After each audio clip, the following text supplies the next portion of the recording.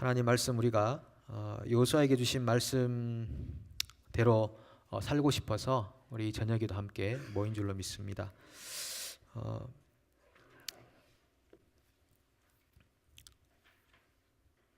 오늘은 12, 13, 13회까지 반드시 나가도록 하겠습니다.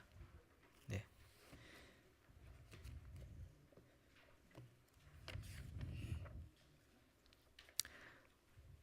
제가 48페이지에 우리 지난주에 마지막으로 이제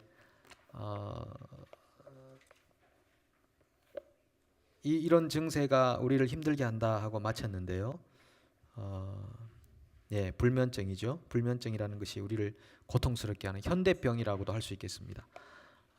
그런데 그래서 여유가 없고 안식도 없고 평안도 없고 그런 삶을 쳇바퀴 돌듯이 막 부지런히 살아가는 그 삶, 돈 많이 벌다가 그냥 나중에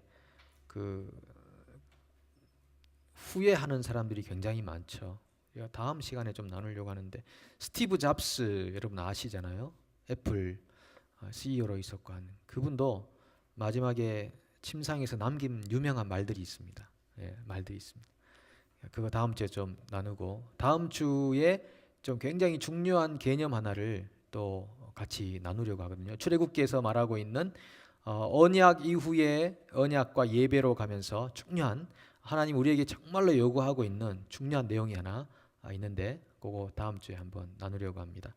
그래서 오늘은 그 여유라는 시를 제가 읽을까 했는데 지금 마음에 여유가 없습니다. 읽을 여유가 없습니다. 그래서 이게 좀 아이러니한 거죠. 여기 보면 뭐 주변을 돌아볼 여유마저 없다면 얼마나 슬픈 인생인가. 원래는 제가 좀 목소리 좋은 분 한번 모셔다가 음악 잔잔하게 깔아놓고 한번 낭송을 좀 부탁드리려고 했는데 나오실 분이 안 계실 것 같기도 하고 그만한 마음의 여유도 없고 해서 그냥 넘어갑니다. 좋은 글이니까 읽어보시고 정말 우리 마음이 여유가 참 없다 생각을 많이 합니다. 여유 있는 삶 되기를 바라고요. 자, 50페이지에 가시면은 출애굽기 20장에서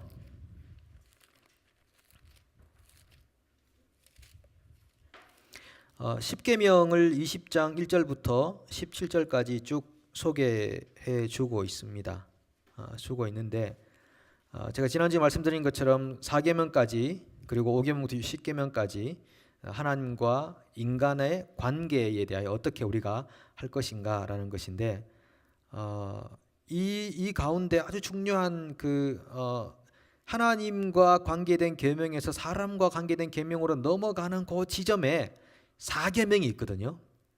4계명이 안식일을 기억하여 거룩하게 지키라라고 하는 건데, 굉장히 중요한 그 개념이 이 안식에 대한 개념이 들어 있습니다. 그래서 제가 다음 주에 소개하려고 하는 건 안식에 관한 건데, 이 불면증 치료가 안 되고 염려로 가득 차고 여유도 없고 이런 삶들이 반복되는 이유는 우리 안에 참 안식을 발견하지 못했기 때문에 그렇다라고 생각합니다. 20장 18절부터 26절까지 보면 십계명을 주신 이후에 두 가지를 말씀하는데요. 18절부터 21절까지는 사람을 통해서, 우리 20장 19절을 같이 한번 읽어보겠습니다. 모세에게 이르되 당신이 우리에게 말씀하소서 우리가 들으리이다. 하나님이 우리에게 말씀하시지 말게 하소서 우리가 죽을까 하나이다. 백성들이 제발 하나님이 직접 말씀하시지 않고 모세 당신을 통해 말씀을 들을 수 있도록 해주십시오. 중재자를 요구하고 있는 그런 모습을 보게 되는 거죠. 중재자를 통해서 하나님께 가고 싶다라는 그런 소망을 가지고 있고, 그 다음에 22절부터 26절까지는 제단을 쌓아서 하나님 앞에 합당하게 하나님의 심판이 임하지 않도록 어떻게 하나님께 접근해야 되는가를 보여주는데, 25절에 보면 내가 내게 돌로 제단을 쌓거든 다듬은 돌로 쌓지 말라. 내가 정으로 그것을 쪼면 부정하게 함이니라. 그러니까 사람의 인간성이 가미되지 않은 자연스러운 돌 가지고 제단을 쌓고 제사를 드려야 된다라고 하는 겁니다. 그러면은 제사장이 필요하고 제단이 필요하다는 거죠. 제사장이 필요하고 제단이 필요하다. 이 두 가지를 말씀하시는데, 우리가 하나님께 나아가기 위해서 제사장이 필요하고 제단이 필요하다 이렇게 말합니다. 그래서 책에도 보면 사람 모세가 필요하고 방법 제단이 필요한데 이런 방법을 통해 하나님께 접근하여 갈 수 있다 이렇게 말하고 있는 거죠. 그래서 그 개념을 다시 한번 정리를 한번 좀 해보도록 하겠습니다. 그러니까 백성들이 여기 있고 하나님이 계시는데 백성들이 직접 못 가니까 이 죄인들이니까 모세라는 중재자를 통해서 가겠다. 일종의 제사장 형식의 중재자를 필요로 한다라는 것이고, 그 다음에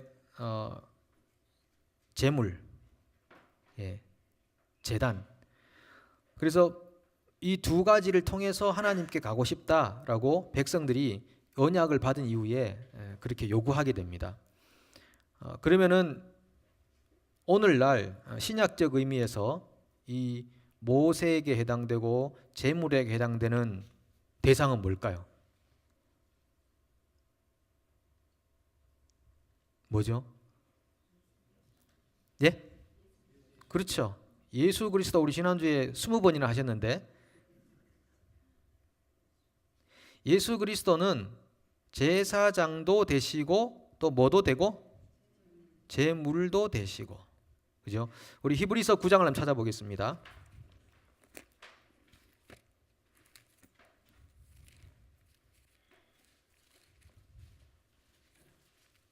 히브리서 9장 11절 보시면요.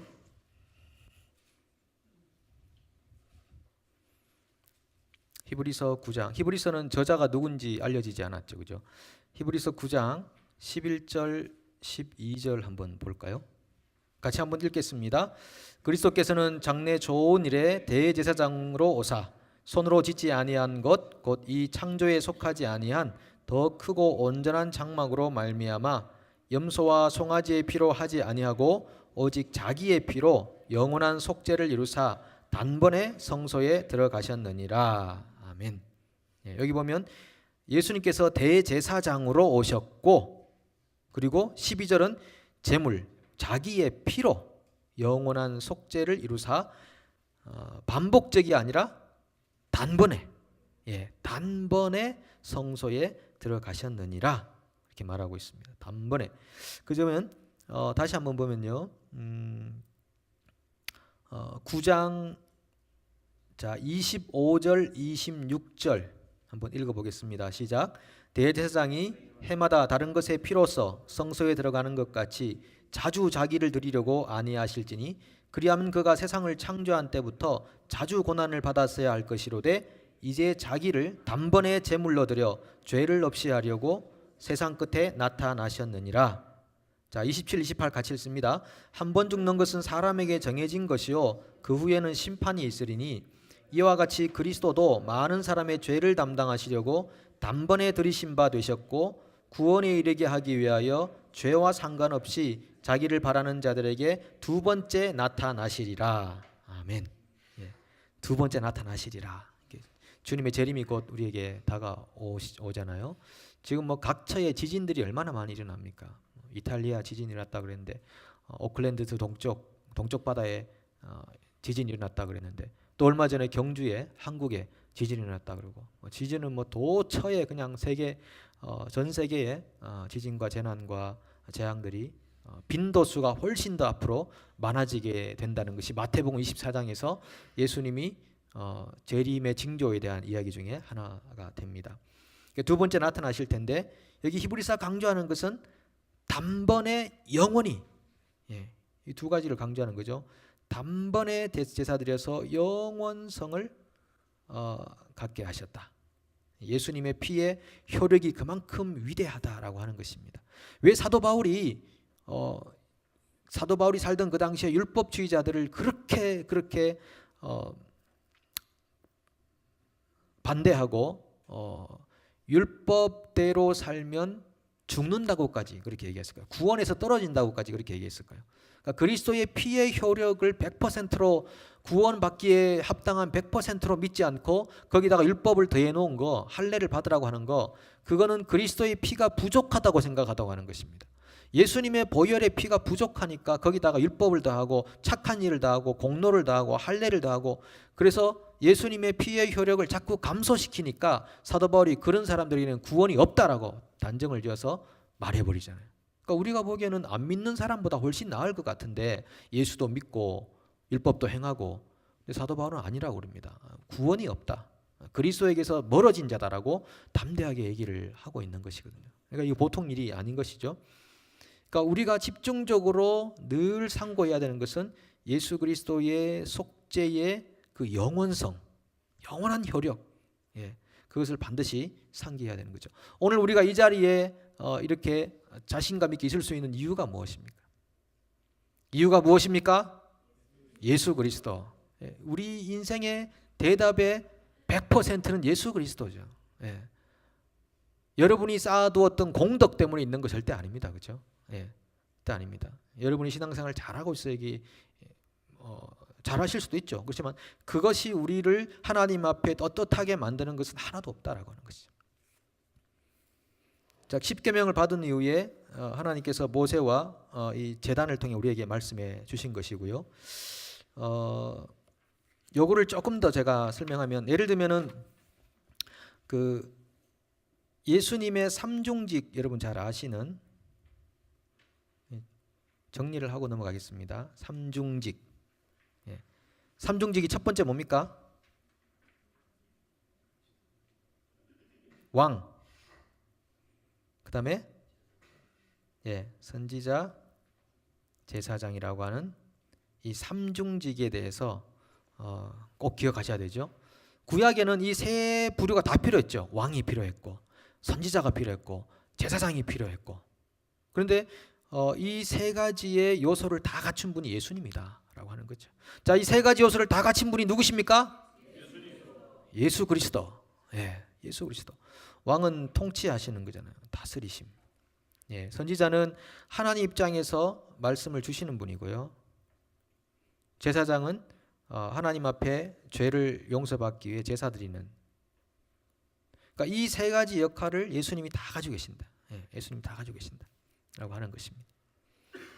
그러니까 사도 바울이 예수를 넣고 모든 것을 다 상대적으로 버려버리잖아요. 왜 그럽니까? 깨달음이라고 하는 그만큼 중요하다는 것이죠.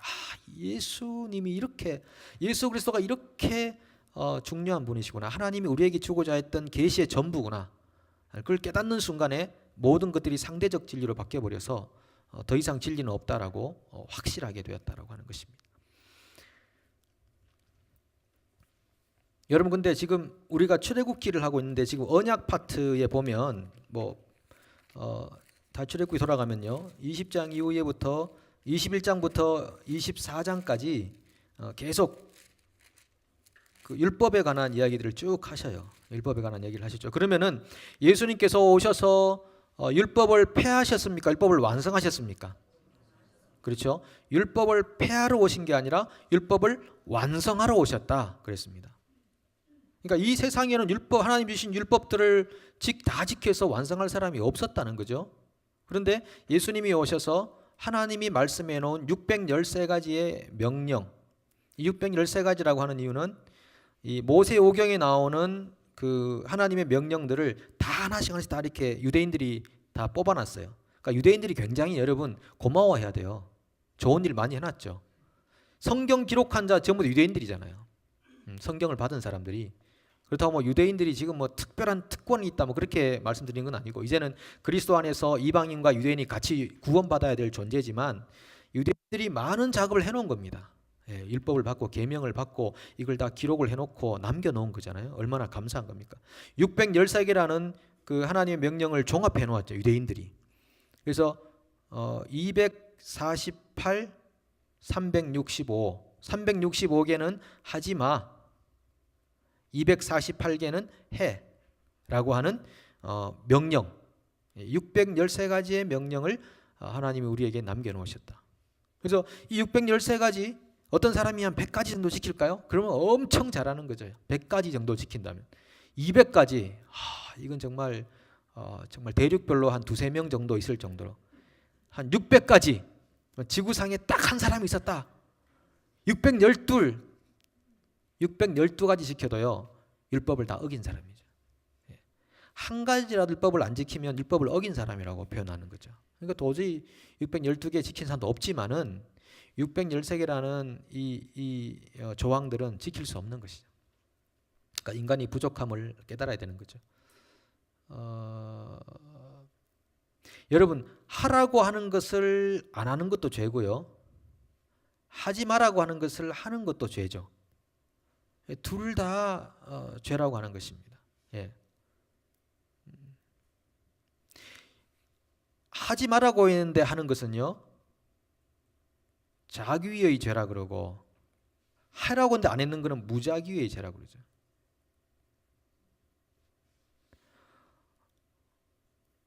이건 다른 말로 생략의 죄라고도 합니다. 예를 들면 나사로와 부자가 있는데, 부자가 무슨 죄가 있어요? 부자 무슨 죄냐고요? 거기 보면 특별히 죄가 없거든요. 부자가 호화로이 그 잔치하면서 사람들 초청해서 먹여주고 했다고요. 근데 부자가 죄가 뭐냐 하면 생략의 죄.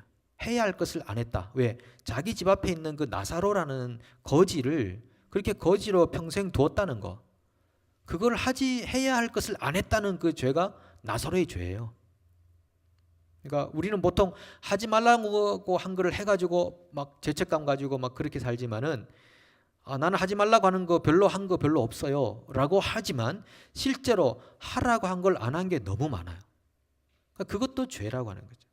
그러니까 어쨌든 이 613개는 지킬 수 없었는데 예수님께서 오셔서 율법을 폐하는 것이 아니라 완성하러 오셨다.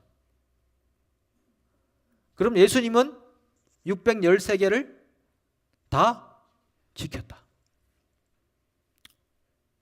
예수님은 다 완성하신 거예요. 예, 다 완성했습니다. 그러면은 복음이란 것은 과연 뭐냐? 예수님 율법을 다 완성했잖아요. 그러면은 우리는 그럼 어떻게 해야 되죠? 라고 물을 수 있습니다. 그런데 두 가지의 극단이 나타날 수 있어요.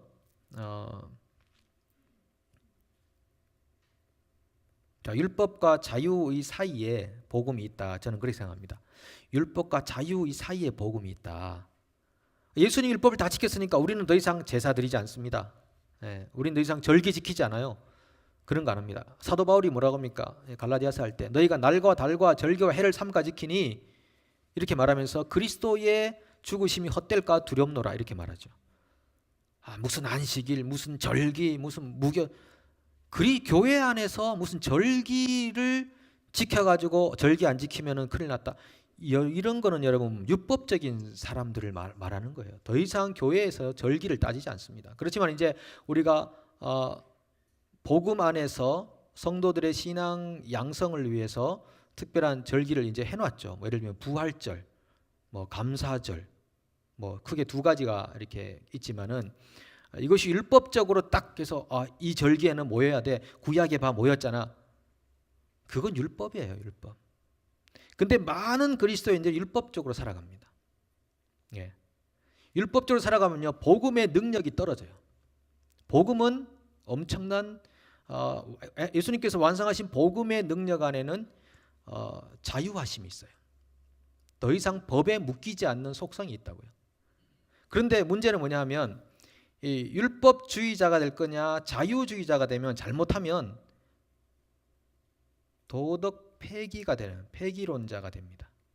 우리는 더 이상 어디에도 묶이지 않는 자유하는 자가 됐으니까 실제로 그런 사람들이 있어요. 우린 마음대로 살아도 한 번 구원은 영원한 구원이야. 렛츠 고 해서 자기가 하고 싶은 대로 살아간다고. 한 번 구원은 영원한 구원이야 하고 마음 놓고 자기가 마음 원하는 대로 살아가는 사람들이 그리스도인들이 있거든요. 이거를 도덕 폐기론이라고 하는, 이게 좀 극단적인 얘기긴 하죠. 그래서 우리는 율법주의자도 아니요 도덕 폐기론자도 아닙니다. 이미 예수님께서 율법을 다 완성하셨기 때문에, 여기 나오는 모든 율법을 완성하셨기 때문에 우리는 더 이상 율법에 묶이지 않는 자유하는 사람입니다. 자, 우리는 자유하는 사람입니다. 주의 영이 계신 곳에는 무엇이 있느니라? 주의 영이 계신 곳에는 자유가 있느니라. 성령은 우리에게 자유를 주시는 분이세요. 예, 어디 법에 묶여 있게 하지 않는다고요. 예. 예를 들면 여러분 주일날 우리가 지금 주일날 예배를 드리잖아요. 그때 몇 번 말씀드렸지만은 토요일 예배 드리면 안 되는 겁니까?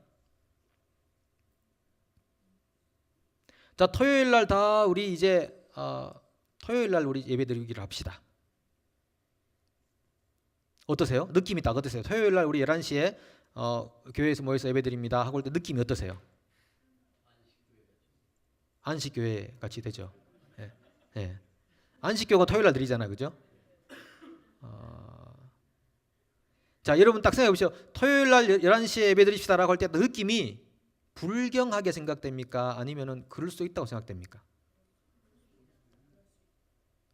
그럴 수 있습니까? 불경스럽습니까? 예, 그럴 수 있는 거예요. 이걸 불경스럽다 생각하면 이미 내가 법 속에 갇혀 있는 겁니다. 예. 물론 신앙의 전통에는 좀 어긋나죠. 예수님이 부활 후 안식 후 첫날 부활하셔서 그 부활하신 것을 기념하면서 교회가 오랜 역사 동안 주일날, 일요일날 예배를 드려왔고 로마 시대에서 벌써 이렇게 진행이 되어 왔고 태양력에 의해서 진행이 되어 왔기 때문에 전통에는 어긋날 수 있지만은 복음에 어긋나는 건 아니다 이거죠. 예. 근데 우리가 자유한다. 그러나 이 자유가 이쪽으로 가지 않기 위해서 그러나 우리가 스스로 그리스도의 뭐가 된다? 종이 되는 것입니다. 이 자발적. 자, 자유합니다. 그러나 우리가 스스로 그리스도의 종이 되기로 선택하는 겁니다. 왜 그런가? 왜 그런가를 우리가 두 가지를 한번 우리가 보도록 하겠습니다. 자, 이 두 가지는요. 자, 다시 제가 적어보면요. 자유와 종에 관한 개념을 한번 보시겠습니다. 우리가 자유하나 스스로 종이 되기를 선택한다. 이 말은 사람의 종 된다는 것이잖아요. 그리스도 예수의 종으로 살아간다는 것인데 이 자유하는 것을 다른 말로 하면요. 성장이라고 할 수 있습니다. 종이 된다는 것은 성숙이라고 할 수 있습니다. 늘 성숙하신 장성숙 우리 집사님도 계시지만은 자, 여기 자유와 종을 살펴볼게요. 자유에 대해서는 고린도전서 3장 1절로 4절을 보시고 성숙은 고린도전서 8장 9절로 13절을 보자고요. 자, 고린도전서를 한번 가보겠습니다. 실제 우리한테 적용하는 겁니다. 자, 우리 그리스도인들은 성장하고 성숙해야 되죠. 그 말은 자유하고 그리스도의 종이 된다 이렇게 표현할 수 있습니다. 자, 고린도전서 3장 1절부터 보면요. 형제들아 내가 신령한 자들을 대함과 같이 너희에게 말할 수 없어서 육신에 속한 자 곧 그리스도 안에서 어린 아이들을 대함과 같이 하노라. 내가 너희를 저주로 먹이고 밥으로 아니하였노니 이는 너희가 감당하지 못하였음이거니와 지금도 못하리라. 너희는 아직도 육신에 속한 자라다. 너희 가운데 시기와 분쟁이 있으니 어찌 육신에 속하여 사람을 따라 행함이 아니뇨. 어떤 이는 말하되 나는 바울에게라 다른 이는 나는 아볼로에게라 너희가 육의 사람이 아니리요 하면서 쭉 설명을 하고 있습니다. 왜 이 사람들이 육신에 속한 사람들이고 젖이나 먹는 그런 사람이 되었겠냐라고 한다면 여기서는 지금 그 분파에 대한 이야기를 쭉 하고 있습니다. 근데 실제적으로 고린도 교회 교인들이 그 성장하지 못했던 이유 중에 하나가 갈라디아에도 마찬가지지만은 율법에서 자유하지 못해서 율법에 묶인 사람들로 살았기 때문에 율법이란 것은요 다른 사람을 판단하기에 아주 좋은 재료가 됩니다. 법을 가지고 사람을 판단하기에 아주 좋은 재료가 돼요. 그러니까 율법주의적으로 사는 사람들은 판단이라고 하는 정죄라고 하는 죄를 많이 짓습니다. 판단과 정죄라는 죄를 많이 져요. 로마서에서 뭐라고 합니까? 너희가 사람을 판단하지 마라. 너희가 하는 그 판단으로 다른 사람에게 판단받을 것이다라고 그렇게 말하고 있지 않습니까? 그래서 성장하지 못하는 이는 율법에 묶여 있기 때문에 성장함이 없는 어린아이와 같은 사람들이 되는 것이고요. 자, 그다음에 고린도전서 8장 한번 보실래요?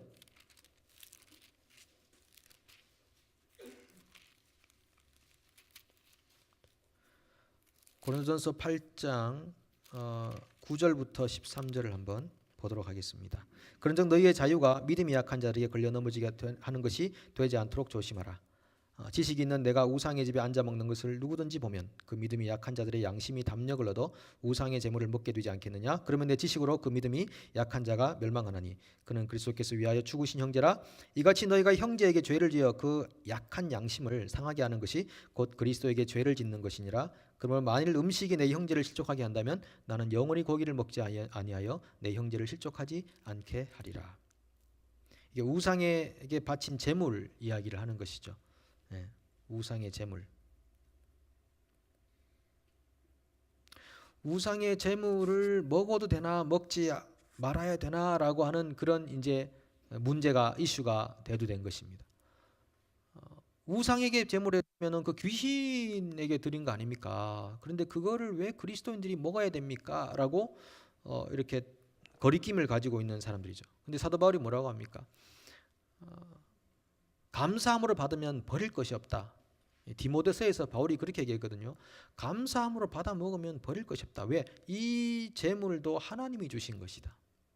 이 고기도 먹으면 되는데 이건 자유잖아요. 율법에 매이지 않는 자유거든요. 왜 법에 매여? 이 고기는 하나님 주신 거야 라고 제사상에 올라간 음식을 먹을 수 있다고. 이렇게 먹을 수 있죠. 먹을 수 있는데 이건 성장이잖아요. 율법에 매이지 않는 성장인데 여기서 성숙으로 가야 되는 거죠. 성숙이란 것은 먹을 수 있는데 내가 먹는 걸 지켜보는 사람이 아유 어떻게 저기 본사님께서 제사상에 올려진 제물을 저렇게 제사도 드리기 전에 저걸 씹어 드시고 그 귀신에게 드리는 제사 그건데 어떻게 시험 들어서 막 이렇게 고통을 가질 사람들이 있다라고 한다면 자기가 스스로 그리스도의 종된 신분으로서 다른 사람의 신앙을 위해서 고기를 안 먹겠다. 몰래 먹든지. 몰래 먹어야죠. 몰래. 그런 지혜 아닙니까? 정말 먹고 싶으면 그 사람이 안 볼 때 먹으면 되잖아요. 근데 사도 바울은 나는 영원히 고기를 먹지 않겠다라고 해버리잖아요. 왜? 몰래 먹다가 들킬 수도 있으니까. 안 먹겠다고 그러잖아요. 그러니까 이게 성숙이에요. 그러니까 성장이라는 것은 법에 매이지 않고 내가 이제 복음 안에서 자유한다. 나는 자유하는 사람이다. 라고 해방을 얻는 것이죠. 그게 중요한 겁니다. 성장해야 됩니다. 성장이 없이 성숙으로 갈 수가 없는 거죠. 아기가 태어나자마자 형님 저는 장난감이 필요 없습니다. 저는 가지고 싶지만 그러나 형님이 원하시기 때문에 제가 가져가면 형님이 속상하지 않겠습니까? 저는 양보하고 조용히 집거하도록 하겠습니다. 성장이 없이 성숙을 어떻게 합니까? 성장은 자연적인 발육을 따라 성장을 하고 나면 그 다음부터는 성숙에 들어가야 되는데 성장이 다 한 사람이 20살 되고 30살 된 사람이 성숙함이 없이 행동하면 이 요거도 먹는 것이잖아요. 성숙하지 못하다 이렇게 말하는 거예요. 그러니까 영적으로도 우리가 자유하는 모든 것에 자유하는 사람이 되지만 그러나 성숙을 위해서 스스로 그리스도의 종된 신분으로 스스로 들어가는 것 자발적으로 그것이 우리에게 필요한 요소입니다. 자 12회로 넘어가서 한번 우리가 말씀을 나눕니다. 이제는 출애굽기 21장부터 24장까지 나오는 구체적인 율법들을 정리를 할게요. 요 내용을 자 출애굽기 21장에 가셔서 보시면은 자 요거를 이렇게 한번 정리하겠습니다. 여기도 책에도 되어 있지만은 자 도덕법 여기 나와 있는 율법들이 세 가지로 나눕니다. 재판법, 절기법. 자, 세 가지로 나눌게 일단은 이 도덕법에서 중요한 게 뭐냐면 이거 이제 히브리어로 표현된 겁니다. 헤세드라는 것이 굉장히 중요합니다. 이 헤세드란 말 여러분 만약에 조금 관심 가지고 그 구약의 율법들을 찾아보면 헤세드란 말이 많이 나와요. 헤세드란 말은 인자라는 말입니다. 인자함 혹은 긍휼. 도덕법을 말할 때는 항상 인자와 긍휼을 말하는 거예요. 인자하게 해야 된다. 인자하게 해야 된다. 긍휼을 해야 된다. 하나님 마치 우리를 사랑하듯이 너희가 이웃을 사랑해야 된다. 이렇게 표현하는 겁니다. 재판법은 체다카라고 그래요. 체다카. 이게 뭐냐면은 공의, 공평. 재판할 때는 체다카를 실현해야 돼요. 그는 공의롭게 해야 되고 공평하게 해야 돼요. 반드시 그렇게 하라고 성경이 말하고 있고요. 절기는 모에드라고 표현합니다. 이 절기가 추구하는 것은 뭐냐면 결국은 예배와 감사를 말하는 거예요. 자, 크게 세 가지 율법은 도덕법, 재판법, 절기법이라는 것이 있는데 도덕법은 헤세드. 자, 너희가 살아갈 때에 하나님이 너희를 인자하게 대하듯이 너희가 상대를 인자하게 대하라. 긍휼히 여겨라. 이게 우리에게 필요한 도덕 율법이었어요. 그 다음에 재판할 때 뭐 송사가 되고 옳고 시시비비를 가려줘야 될 때 이걸 체다카는 이제 공의란 뜻인데 체다카를 실행해라. 공의롭게 공평하게. 그 다음에 절기를 지키라. 절기가 뭐 세 가지 있잖아요. 나중에 볼 텐데 이 절기가 중요한 것은 사람들의 그 어셈블리, 집회, 하나님이 정하신 장소에 하나님이 정하신 시간에 순종해서 모이는 것입니다. 예배. 그리고 중요한 것은 이 절기법에서 중요한 것은 늘 하나님이 하신 일들에 대한 회상을 하면서 감사를 드리는 거예요. 하나님 앞에. 예배와 감사와 이런 것들이 이 절기의 중요한 내용입니다. 그럼 이 하나씩 잠깐 짧게 한번 나눠볼게요. 먼저 도덕법. 도덕법에는 우리가 세 가지 부류의 사람을 기억하면 됩니다. 종에 대해서 어떻게 할 거냐, 그 다음에 사회적 약자를 우리가 어떻게 대해야 될 거냐, 그 다음에 지도자나 재판장에게 어떻게 할 거냐. 이 세 가지가 아주 중요한 요소입니다. 자, 21장 2절. 자, 종은 어떻게 해야 되는가? 종은 내가 히브리 종을 사면 그는 6째 동안 섬길 것이요 7번째 해에는 몸값을 물지 않고 나가 자유인이 되라. 7년째 해방시켜 주라는 것입니다. 왜? 원래 사람이 사람 밑에 사람 없고 사람 위에 사람 없는 거 아니냐라는 거죠. 7년째 해방을 시켜주라. 종의 인권을 보장해 주라고 하는 것입니다. 종의 인권을 보장해 주라고 하는 것이죠. 그 다음에 6절에 가면요, 이 종이 결혼을 해 있으면은 가족이 다 못 나가요. 너 혼자 나가 이렇게 되는 거죠. 그러면 종이 여러분 결혼해서 아이까지 낳고 있는데 7년째라고 해서 나가라고 하는데 이 사람이 나가겠습니까? 가족이 여기 있는데 뭐 얼씨구나 하고 나가는 사람도 한 두 사람 정도 있겠지만은 대부분 안 나갈 거라고요. 안 나가면 어떻게 해야 되냐? 저는 영원히 주인의 종이 되겠습니다 하고 송곳으로 귀를 팍 뚫어가지고 이제는 표를 하는 거예요. 너는 이제 7년이고 뭐 14년이고 뭐 의미가 없다. 너는 영원히 나의 종이 되어야 된다라고 귀를 뚫어버리는 거죠. 여러분 사도 바울은 정말 내 몸에 그리스도의 흔적을 가졌다 이렇게 표현했습니다. 더 이상 나를 괴롭게 하지 말라. 내가 그리스도의 흔적을 가졌다 이렇게 표현하죠. 그는 영원히 주님의 종된 흔적들을 많이 가진 거예요. 마치 7년째 이 송곳으로 귀를 뚫듯이. 여러분 지금 귀 뚫은 분 많이 계시잖아요.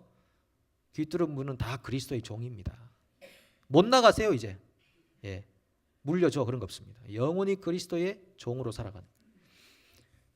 그 다음에 여기 7절 보시면요, 사람이 자기의 딸을 여종으로 팔았으면 그는 남종같이 나오지 못할지며 여종은 7년째 나오지 마라 그래요.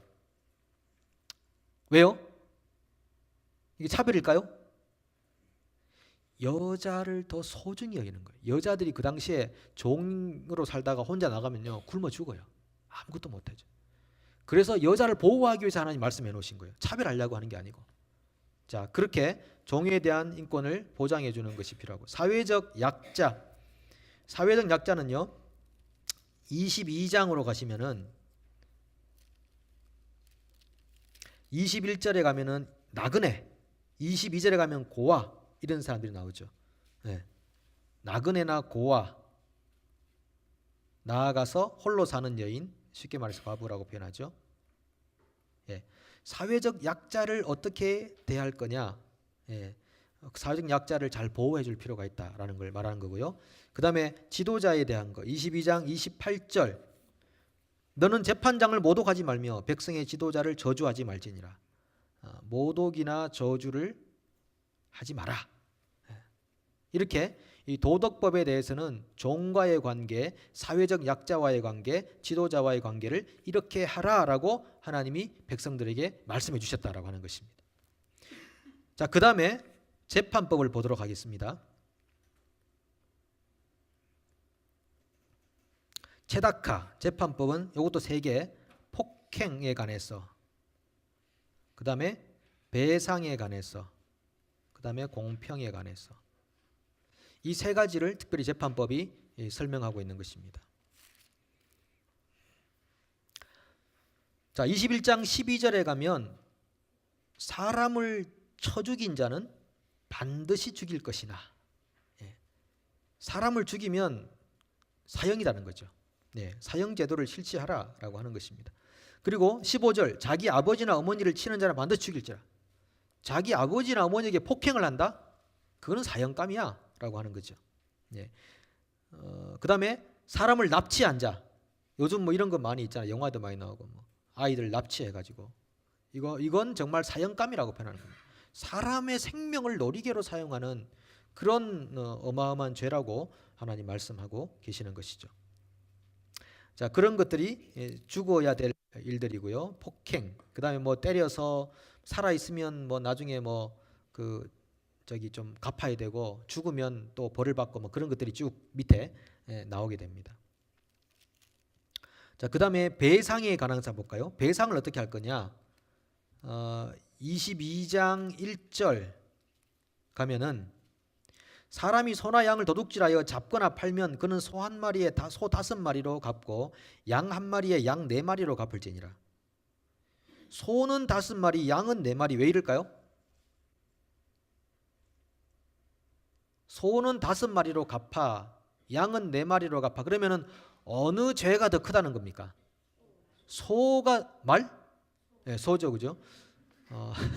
소를 훔친 게 더 크다는 거죠. 왜? 소는 그 당시에 가족들이 먹고 살아야 할 중대한 기구였는데 소를 훔쳐가면 그거 어떡합니까?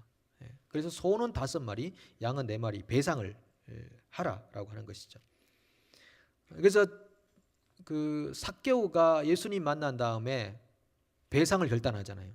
제가 누구에게 토색한 거가 있으면 4배로 갚겠습니다 하고 막 그렇게 자기 회개의 진정성을 표현해 주는 겁니다. 내가 토색한 거 있으면 4배나 갚겠습니다. 배상이라고 하는 것이죠.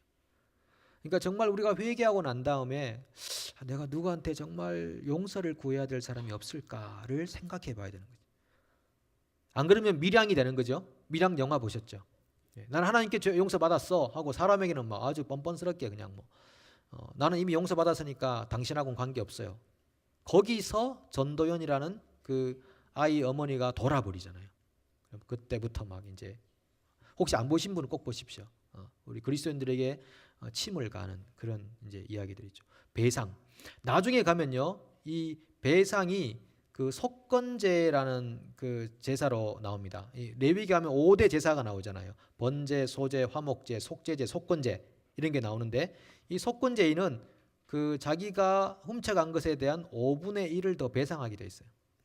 그러니까 100불을 훔쳐갔으면 120불을 내야 되는 이런 법들이 다 이제 있었다라고 하는 것이죠. 배상에 관한 것이 있다. 라는 것이고요. 우리 그리스도인들이 이게 참 약한 게 이런 게 아닌가 싶어요. 배상도 잘 안 되고 또 공평하게 정의롭게 행해야 되는 거 잘 행하지 못하고 뭐 이런 것들이 굉장히 많죠. 그래서 세상이 교회를 다 싫어하는 이유 중에 하나가 정상적으로 일반인 정도라도 해야 되는데 그게 안 되니까 실망을 많이 한다라고 하는 거죠. 그 다음에 중요한 것이 공평에 관한 것입니다. 23장에 가면요, 너는 거짓된 풍설을 퍼뜨리지 말며 악인과 연합하여 위증하는 증인이 되지 말며 다수를 따라 악을 행하지 말며 송사에 다수를 따라 부당한 증언을 하지 말며 가난한 자의 송사라고 해서 편벽되이 두둔하지 말지니라. 6절에도 가난한 자의 송사라고 정의를 굳게 하지 말며 거짓 일을 멀리하며 무죄한 자와 의로운 자를 죽이지 말라. 나는 악인을 의롭다 하지 아니하겠노라. 너는 뇌물을 받지 말라. 이렇게 하죠. 눈을 가린다라고 이렇게 표현하는 겁니다. 그러니까 공평하게 재판해라 라고 하죠. 이게 중요한 게 2절에 다수를 따라 악을 행하지 마라. 예. 민주주의라고 하는 요소가 성경하고 완전히 일치하는 건 아닙니다. 여러분 아시죠? 예. 성경은 신본주의를 의미하는 거죠. 예. 하나님이 선이 되는 것이지 인간의 다수가 선이 되는 게 아니다라고 하는 겁니다. 그리고 예를 들면 금송아지 섬길 때 대다수가 다 금송아지 섬기자고 다수결을 결정을 했는데 그럼 그게 선입니까? 아닙니다. 예. 굉장히 위험한 요소 중에 하나가 이 요소라고 하는 것이죠. 민주주의는 어떤 면에서 인본주의에 기반을 둔 것입니다. 인간이 최고가 되기 때문에 그런 것이죠. 인간이 최고. 이거는 어떤 의미에서 노자 사상하고도 비슷한 것이죠. 인간이 최고 되는 것이죠. 그런데 성경이 말하는 것은 하나님 중심의 그런 결정과 판단을 말하는 것인데 어쨌든 재판할 때 사람들 사이에 벌어지는 일 재판할 때는 공평하게 해야 된다. 가난한 자라고 해서 두둔하거나 가난한 자라고 해서 업신여기거나 그렇게 해서는 안 된다라고 표현하고 있는 것입니다. 자, 그렇게 하면 이제 재판법까지 다 했고요. 그 다음에 절기법을 한번 보시죠. 절기법도 세 가지, 무교절, 칠칠절, 초막절. 무교절을 6월절이라고도 하고요. 칠칠절을 오순절 혹은 맥추절, 보리추수, 초막절을 장막절 혹은 수장절. 이렇게 이름을 번갈아 가면서 나와요. 여기 그 출애굽기나 민수기 신명기에. 그래서 이거는 같은 말이다라고 생각하시면 돼요. 세 부류밖에 없어요. 무교절 6월절, 77 오순, 77은 77이 49잖아요. 그래서 그다음 오순은 50이거든요. 예, 한끗 차이인데 기가 막히죠, 그죠? 예. 저도 옛날에 이거 좀 했었거든요. 저기 우리 명절 되고 하면은 나중에 그 필요하신 분은 따라오시면 제가 자 77절 77이 49, 50 그다음에 오순절 50일 그러니까 무교절로부터 6월절로부터 50일 되는 날이 요 날입니다. 맥추절 보리추수를 감사하는 그 다음에 7월 15일이 되면 초막절 장막절 유성절 이게 1월 14일이었잖아요. 무교절이 그때부터 일주일간 6월절을 지내고 그 다음 77절은 여기서 50일 지난 다음에 그 다음에 초막절은 7월 15일.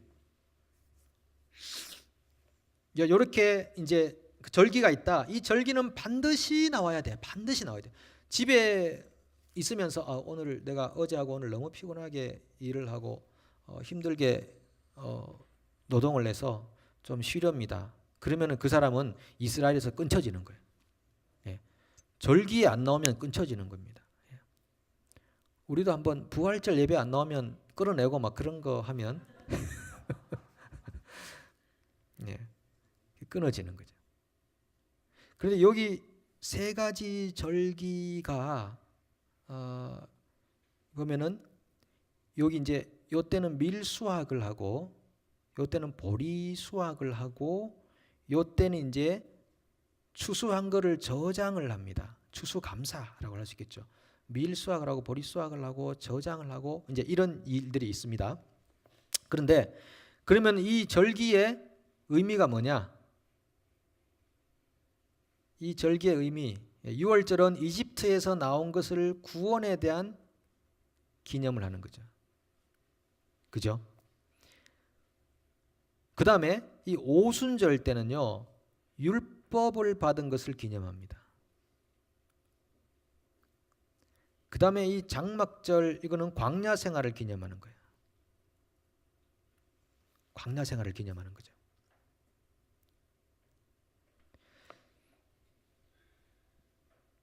여러분 보십시오. 왜 이 77절이 율법을 기념하는 거냐 하면요, 6월절이 1월 14일 날 이때 이 이스라엘이 이집트를 떠났거든요. 떠나서 성경에 보면은 셋째 달 첫날에 도착했다 이렇게 말하죠. 그러면은 자 이렇게 말하면 요게 한 47일 정도 된답니다. 47일. 그리고 시내산에 도착한 지 3일 만에 율법을 받게 되는. 그래서 50일이라고 표현하는 거예요. 그래서 그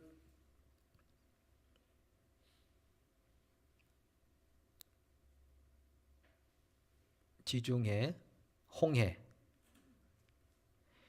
여기서 6월절을 지켰습니다. 1월 14일에. 그 다음에 여기 시내산이 올 때가 3월 1일이다 라고 한다면 여기서 3일 후에 율법을 받았다 그러면 이게 50일이거든요. 여기서 율법 받은 걸 기념하는 오순절이 되는 거죠. 그러니까 오순절은 하나님의 말씀이 임했던 날을 기념하는 거죠. 그래서 오순절날 나중에 성령이 임하시잖아요. 성령이 하나님의 말씀 사역에 중요한 그 계시의 역사자로 나타나신다. 성령이 오셔서 우리 눈을 밝게 해주고 마음 눈을 밝혀서 하나님 말씀의 법도를 알게 해주는 그 일이 오순절에 일어난다라고 하는 거죠.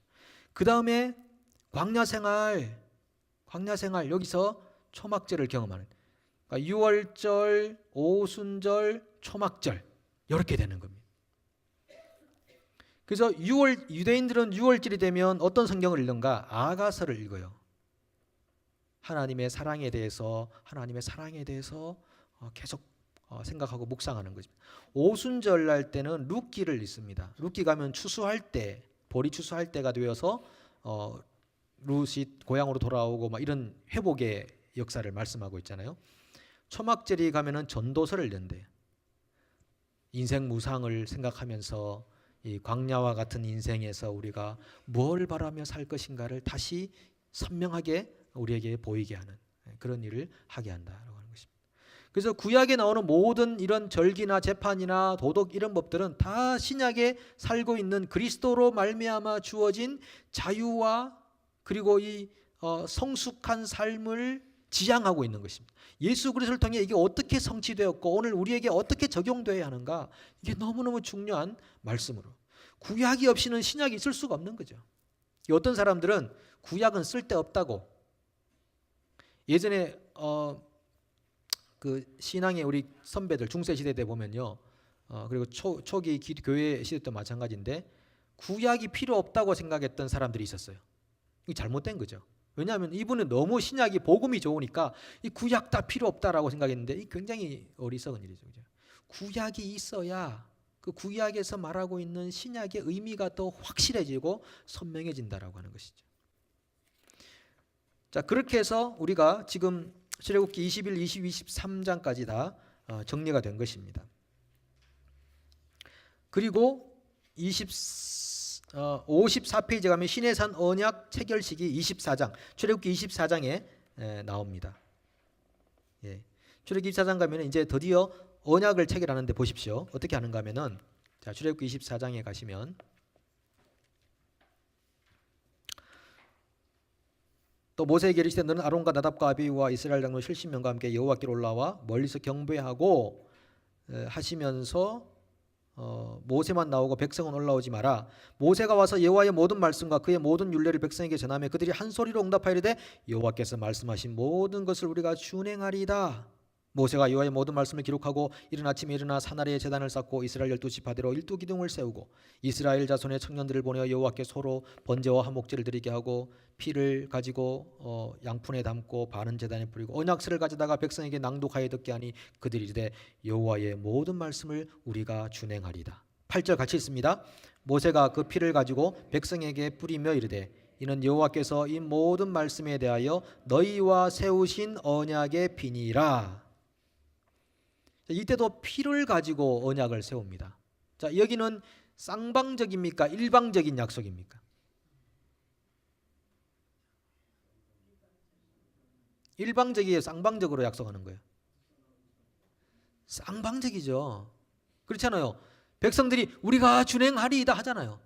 그러니까 쌍방적으로 약속하고 있는 거예요. 그러니까 첫 율법, 첫 언약은, 옛 언약은 피로서 맺은 언약이지만 쌍방으로 맞은 거예요. 우리가 준행하리이다. 그런데 지난주 말씀드렸잖아요. 아브라함에게 세운 언약은 일방적이에요, 쌍방적이에요? 일방적이었거든요. 횃불이 쪼갠 고기 사이로 지나갔다. 아브라함은 반쯤 깬 상태, 환상 이상을 보는 상태였잖아요. 자기는 안 지나갔어요. 그러니까 하나님이 일방적으로 약속하신 거거든요. 그래서 아브라함에게 약속하신 것이 성취가 되는 겁니다.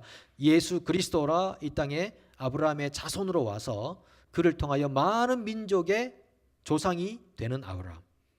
일방적이잖아요. 근데 모세하고 세울 때는 쌍방적, 우리가 준행하겠습니다라고 말하고 있는 거죠. 그래서 이 약속이 나중에 깨어지는 거죠. 이스라엘의 실패로 말미암아 옛 약속은 깨어지는 것입니다. 그러나 하나님의 실패는 아니다.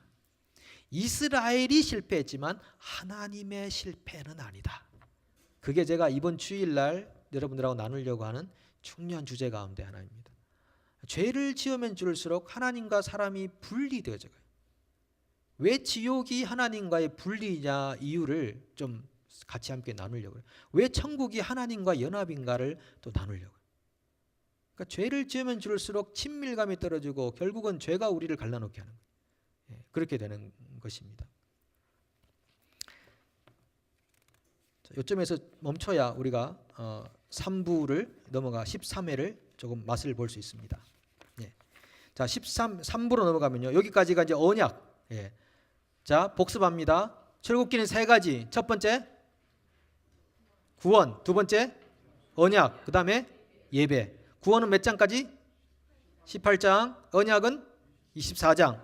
예배는 40장. 자, 그럼 우리가 이제 24장까지 시내산 계약까지 온 겁니다. 그죠?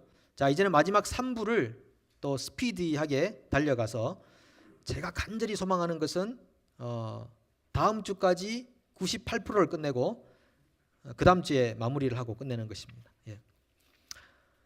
자, 3부 굉장히 중요한, 이제 점점 중요한 요소들이 더 나타나는데 3부는 25장부터 40장까지인데요. 31장까지는 성막 건축 지침이 어떠해야 되는가, 하나님이 원하신 예배가 뭐냐, 그 다음에 32장 중간에 나오는 거죠. 거짓 예배에 대해서 말하고 있습니다. 하나님이 원하시는 예배는 이건데 거짓 예배는 이거야 라고 보여주는 거죠. 그 다음에 다시 성막을 건축함으로써 하나님의 지시에 순종하는 복이 뭔가를 우리에게 설명해 줍니다. 자, 중요한 요소.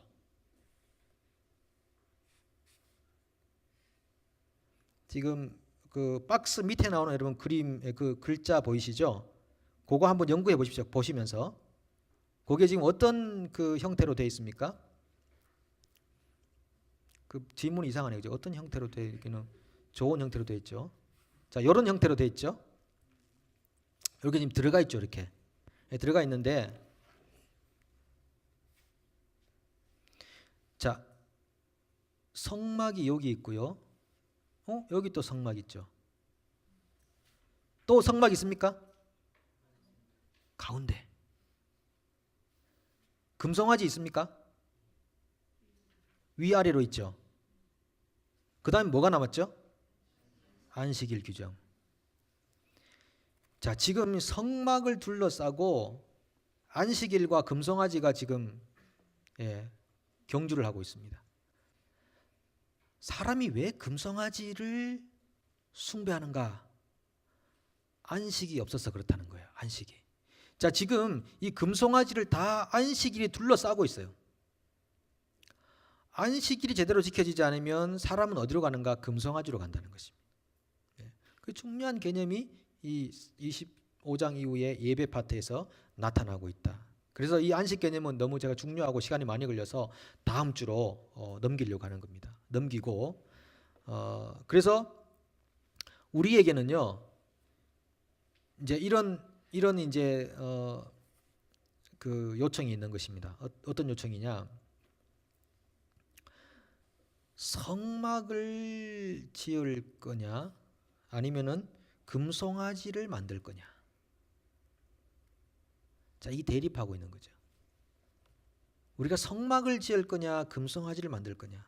이 성막은 하나님의 계획에 의해서 세워진 것이고, 금송아지는 이스라엘이 즉흥적으로 고안한 거야.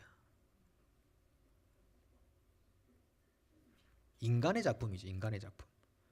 그리고 이것은 하나님이 계획한 하나님의 임재를 말하는 것이고요. 이건 이스라엘이 즉흥적으로 고안한 하나님의 임재를 말하는 것입니다.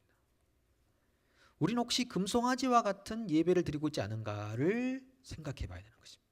하나님이 계획하신 하나님의 임재 안에 내가 서 있는가, 아니면은 즉흥적으로 내가 고안해낸 금송아지를 숭배하고 있는가. 동일한 예배 자리에 와 있어도 금송아지 숭배하는 예배가 있다는 것이죠. 거짓 예배가 있다는 것입니다. 거짓 예배. 왜 이렇게 되는가? 중요한 그 구분이 안식이라는 것입니다. 왜? 안식이 있는 사람은 성막을 제사를 드리는 것이고, 안식이 없으면 금송아지 제사를 드리는 거짓 예배를 드린다고 하는 것입니다.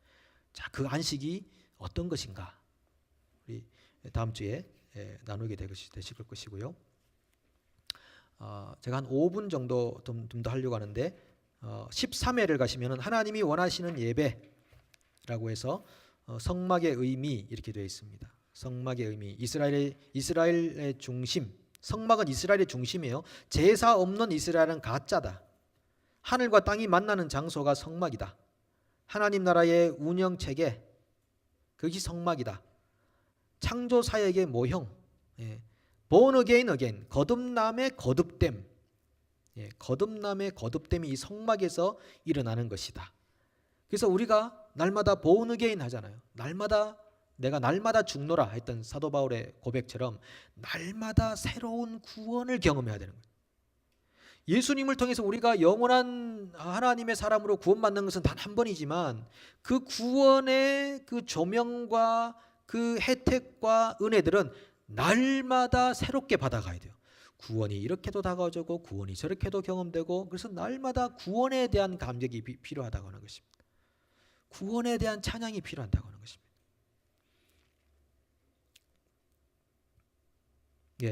그것이 성막에서 우리에게 말하고 있는 것이고요. 성막은 성막으로 하다가 나중에 회막으로 이렇게 표현하는데, 이것은 하나님의 임재의 주변적 확대. 그냥 뭐 그렇다. 하나님의 은혜가 흘러나간다라고 하는 것을 설명해 주고 있고요. 자, 그렇게 정도 말씀하시면 될 것 같고, 여러분 60페이지의 그림을 한번 보십시오. 60페이지 그림이 이게 중요한데,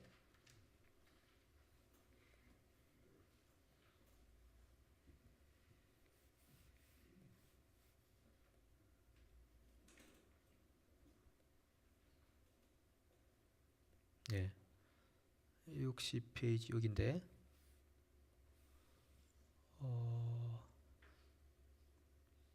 그림에 나와 있듯이 처음에 이 동쪽이 입구거든요. 이 성막들을 전체를 표현해 주고 있습니다. 들어가면 번제단, 그 다음에 물두멍. 요 내용 대부분 다 아시죠? 그리고 여기는 이제 성소와 지성소가 따로 있습니다. 들어가면 성소가 있고, 그 다음에 더 들어가면 지성소가 나오죠. 성소는 들어가면 오른쪽에 뭐가 있습니까? 떡상, 항상 펼쳐져 있다고 진설병. 그 다음 왼쪽에는 금촛대, 금촛대를 상징하죠. 그 다음에 쭉 들어가면 분향단, 향을 피우는 거예요. 그 앞에는 뭐가 있습니까? 지성소 들어가기 전에 휘장, 커튼. 이것은 예수님의 무엇을 상징할까요? 몸을 상징하죠. 나중에 예수님이 돌아가셨을 때 휘장이 쫙 찢어졌죠. 예수님 몸을 상징하면서 이것이 찢어지고, 그 다음 지성소로 들어가면 중간에 뭐가 있다? 언약궤, 법궤가 있다라고 하죠. 자, 그러면은 제단에서 제사를 드릴 때 짐승을 잡는 사람은 누구다?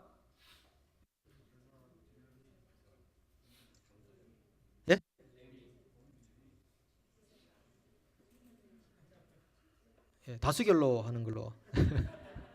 예, 그렇죠. 죄를 지어서 죄물을 가지고 온 사람, 그 사람이 짐승을 잡아야 돼요. 여기서 제사장이 잡아라고 하는 사람들은 제사장을 아주 피곤하게 만드는 분들인 것 같아요. 예? 제사장이 그 얼마나 힘든데 그걸 도살 자기가 잡아요. 자기가. 여러분 예배 시간에 나올 때 준비하고 와야 되는 거 아닙니까? 와서 나 은혜 받게 좀 해봐. 나 변화시켜봐. 나를 좀 울게 만들어줘. 뭐 이러면은 아니 그러면 제사장이 맨날 그걸 잡아야 된다는 그런 말씀인데 아니잖아요. 자기가 재물을 가져와서 짐승을 죽이면서 자기가 울어야 돼요. 네가 내 때문에 죽는구나. 네 나 때문에 죽는다. 우리 누렁아 죄송합니다. 이게 여기는 안 나오는 건데 어쨌든 짐승을 잡으면서 너가 나 때문에 죽는다라고 하는 그런 게 필요한 거죠. 그래서 그 잡는 동안 이 사람이 은혜를 다 받을 거 아니에요. 잡는 동안. 그렇게 해서 예배 시간에 오면은 하나님은 영이시니 예배하는 자가 영과 진리로 예배할지라 할 때부터 이미 하나님의 은혜가 충만하게 임할 거 아니에요.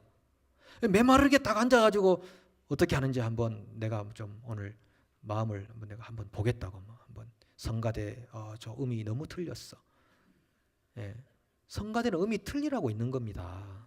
예, 틀렸어. 찬양단 저 노래를 이 찬송가 안 하고 또 이 복음성가만 하고 말이야. 준비가 덜 됐구만 뭐 다 평가 판단하고 있으면 그 예배가 누구를 위한 예배입니까? 자기를 예배하라는 거거든요. 이게 금송아지 예배거든요. 금송아지 예배. 자기를 예배하라고 하는 거죠. 다 판단하고 이렇게 하고 있는 거. 이게 말씀 받을 때도 하나님이 내게 주시는 말씀을 내가 받고자 하는 사모하는 심령으로 앉아야 될 거 아닙니까? 그죠? 그럼 뭐 잘하는가 안 하는가 한번 보자. 이렇게 되면 안 된다 이거죠. 그럼 메마른 그런 모습이 되는 거예요. 그러니까 자기가 잡고 자기가 이미 충만히 받고 이렇게 해야 되는 거죠. 자, 그게 성장하고 성숙에 가는 길이고 그다음에 물두멍 가면 손 씻고 이제 물두멍은 제사장 한 4명 정도가 손발을 씻을 정도의 물이 있었다고 합니다. 이 물두멍 안에는 그 정도로 씻고 그다음에 성소로 들어갈 수 있죠. 그러면 떡상 진설병은 무엇을 상징할까요? 지금 말씀을 상징하죠. 금촛대는 뭘 상징할까요? 성령을 상징하고 법궤는 분향단은 뭘 상징하죠? 기도를 상징하는. 그러니까 우리에게 필요한 게 뭡니까? 말씀과 기도와 성령 안에서의 이런 삶이 우리에게 필요하다. 이게 전부 다 계시를 설명하기 위한 그런 요소들이잖아요. 그죠? 말씀과 기도와 성령 안에서의 조명을 통해서 지성소에 들어가서 대제사장이 짐승의 피를 뿌린다. 법궤 뚜껑 위를 뭐라고 그러죠?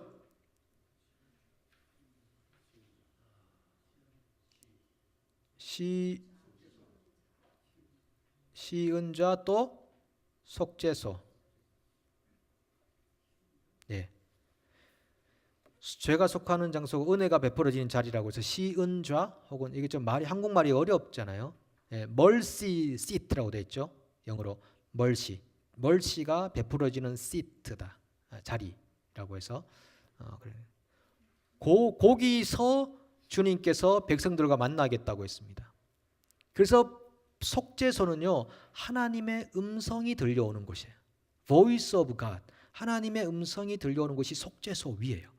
거기서 내가 너희와 만나겠다. 예, 짐승의 피를 뿌려서라도 죄를 속하는 방법을 말씀해 주시면서 하나님 백성들과 만나겠다 이렇게 말씀하시는 거죠.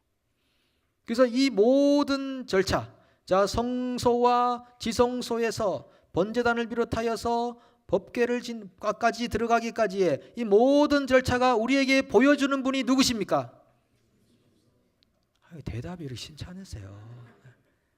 저는 목이 쉴 정도로 하는데 여러분 그러면 안 되죠. 예. 저보고 재물 잡으라고 지금 그러신 거 아닙니까? 예.